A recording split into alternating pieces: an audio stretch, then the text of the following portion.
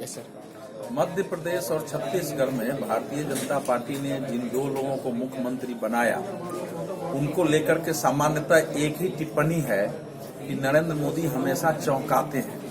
हालांकि बाहर के लोगों के लिए चौंकाने वाली बात होती है, लेकिन किसी भी पार्टी और संगठन में कोई एक व्यक्ति फैसला नहीं करता है। जब इतने केंद्रीय नेताओं को राज्यों में चुनाव लड़ाया गया था, वो जीत के आए थे, उनसे त्याग पत्र भी लिया गया, तो जाहिर है विचार विमर्श की एक लंबी प्रक्रिया चली है। और भारतीय जनता पार्टी में केवल पार्टी के अंदर ही विचार विमर्श नहीं करना पड़ता है। संघ परिवार के अंदर कई संगठन हैं और संघ के साथ भी विचार विमर्श करना, अन्य संगठनों के साथ विचार विमर्श करना, तो वह विचार की प्रक्रिया लंबी होती है।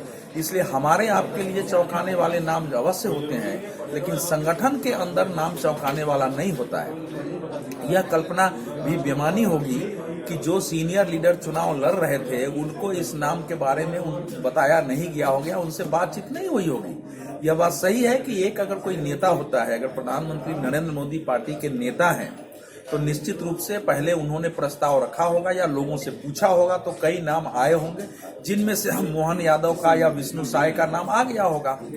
तो इस नाते अब राजस्थान की ओर सबकी नजर है, क्योंकि उत्तर प्रदेश में भी जब मुख्यमंत्री योगी आदित्यनाथ के नाम पर मुहर लगी थी, तो उस समय तक किसी को आभास नहीं था कि उनको मुख्यमंत्री बनाया जाएगा। हालांकि अभी तक इन दोनों राज्यों में जो विधायक रहे हैं वही मुख्यमंत्री बने हैं।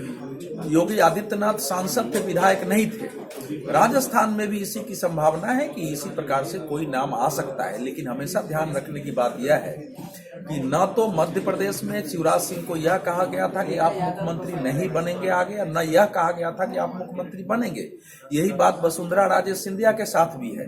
दोनों भारतीय जनता पार्टी के बड़े नेता हैं, दोनों का जनाधार है, दोनों की अपनी लोकप्रियता है, और कोई भी पार्टी नेतृत्व इनको बिल्कुल नाराज करके कि इनकी सहमति से या इनकी विरोध के बावजूद कोई कदम उठाए, ऐसा नहीं होता है। लेकिन हाँ, अगर विरोध पार्टी हित के ऊपर है तो अवश्य उसका दमन करना पड़ता है।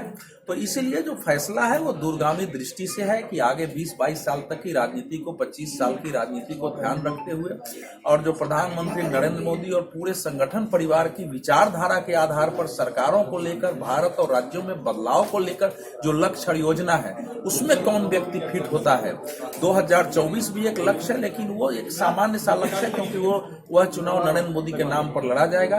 तो इन सारे लक्ष्यों को समाहित करते हुए कौन व्यक्ति इसके लिए उपयुक्त हो सकता है और कैसी टीम उपयुक्त हो सकती है।